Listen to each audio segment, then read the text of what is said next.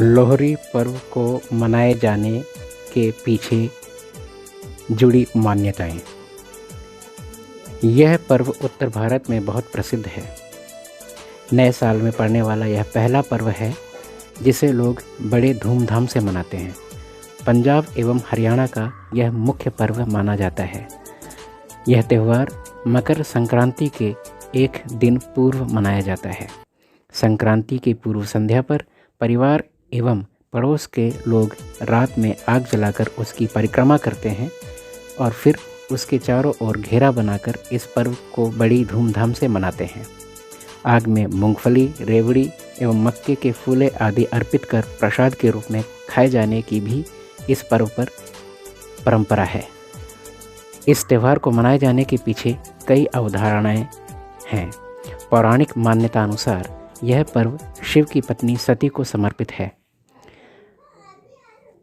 ऐसी मान्यता है कि सती के पिता प्रजापति दक्ष ने एक बार एक विशाल हवन का आयोजन किया, लेकिन इस आयोजन में उन्होंने अपने दामाद शिव को आमंत्रित नहीं किया और उनका अपमान किया।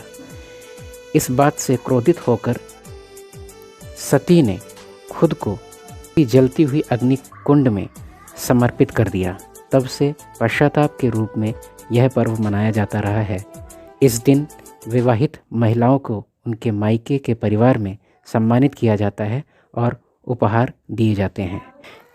एक अन्य मान्यता अनुसार यह पर्व कबीर की पत्नी लोई के याद में मनाया जाता है, लेकिन लोक प्रचलन में इसका बहुत अधिक साक्ष्य नहीं मिला।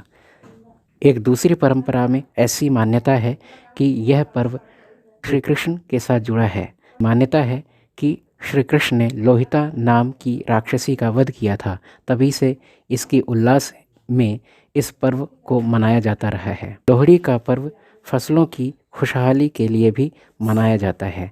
इस दिन किसान समूह में आग जलाकर अपनी खेती की देखभाल करते हैं।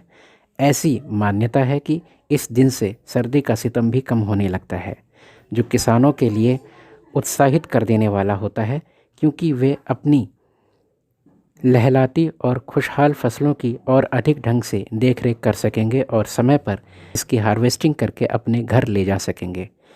लोहड़ी पर्व के साथ एक और कहानी की चर्चा किए बिना इस पर्व का आनंद अधूरा रहेगा,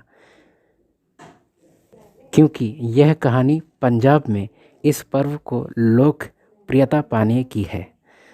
कहते हैं मुग़ल शासन में अकबर के समय में पंजाब प्रांत के एक इलाके में दूल्हा भट्टी नाम का एक व्यक्ति रहा करता था, जो उस क्षेत्र के प्रसिद्ध डाकुओं का सरदार था। वैसे तो यह डाकू था, लेकिन महिलाओं का रक्षक एवं गरीबों का मददगार था। मुग़ल के पंजाब के उस प्रांत में अमीर लोग लड़कियों की खरीद फरोख्त किया करते थे, जिसका दूल्हा भट्टी ने खूब विरोध किया। ऐसी कहानी एक पंजाब के गांव की है। पंजाब के एक गांव में सुंदरी और मुंदरी नाम की दो लड़कियां रहा करती थीं। इनके माता पिता का निधन बचपन में ही हो गया था। बाद में उनका पालन पोषण इनके चाचा ने किया। धीरे धीरे ये लड़कियां बड़ी हुईं और विवाह योग्य हुईं, लेकिन इनके चाचा ने इनका विवाह न करके पंजाब के मुग़ल सूबेदार के साथ सौदा कर दिया। जब यह बात दूल्हा भट्टी को पता लगी तो वह गांव से इन लड़कियों को अपने साथ ले आया और जंगल में पत्तों एवं फूस को इकट्ठा कर आग जलाई। इसी आग के सामने उन लड़कियों की शादी दो अच्छे लड़कों के साथ करवा दी। खुद दूल्हा भट्टी ने अपने हाथों से कन्यादान किया।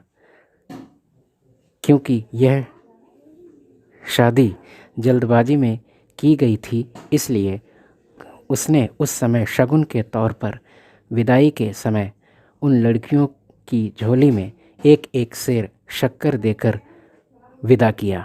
तब से इस प्रांत में इस पर्व को बड़ी ही धूमधाम से मनाया जाता रहा है।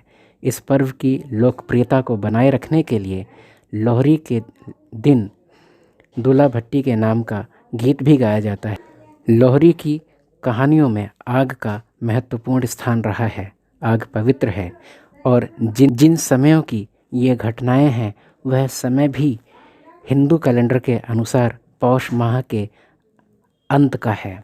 इस समय ठंड बहुत अधिक होती है, इसलिए इस पर्व को आग जलाकर मनाया जाता है।